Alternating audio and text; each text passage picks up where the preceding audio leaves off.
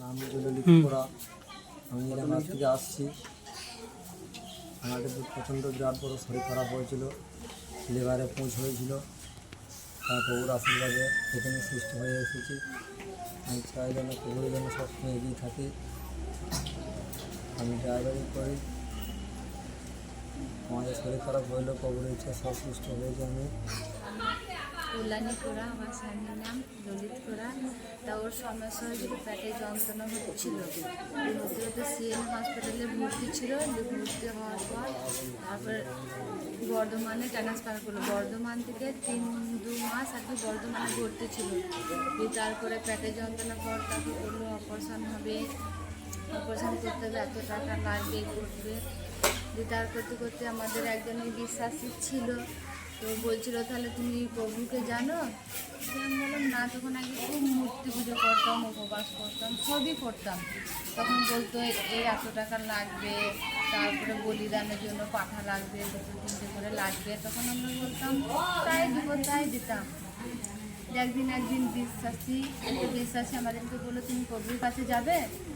আমি বললাম তো সব জায়গাতে যখন দেখাচ্ছি তাহলে চলো, যা হবে হবে। সবাই বলছিল যে না তোমার স্বামী বাঁচবে না, মরে যাবে। যে মরুক বাঁচুক, তা নিয়েই একবার যাই প্রভুর কাছে। গিয়ে নিয়ে এলাম। তখন স্যারকে বললাম আমাদের সমস্যার কথা। তখন স্যার প্রার্থনা করলো, তেল জল মেখিয়ে এখন প্রভুকে মানে জানলাম, চেনলাম। তার সমস্ত বিপদ আপদ মানে সুস্থ হলো। প্রভুকে এখন চিনেছি, এখন সব রোগ বিয়োগ এখন দূর হয়ে গেছে যিশুর নামে। আমার নাম ললিত করা ইলামবাগ থেকে বলছিলাম। তা মোটামুটি এখন প্রভুকে এসে আমি অনেক সুস্থতা লাভ করেছি। আমার মোটামুটি 12.5 গ্রাম পুঁজ বেরিয়েছিল পেট থেকে, এবারে ডিস্টার্ব ছিল।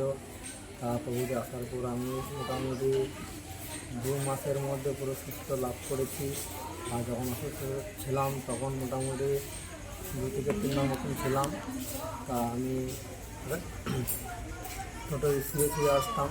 তাই 1 সপ্তাহ 2 সপ্তাহের ভিতরে আমি নিজে বাইক চালিয়ে আসতে পেরেছি। গ্রামে বহু লোক বলছে যাচ্ছে কোথা থেকে এত সুস্থ লাভ করে এলো। তা আমি কাউকে কিছু বলি নাই, নিজের মতন এসেছি।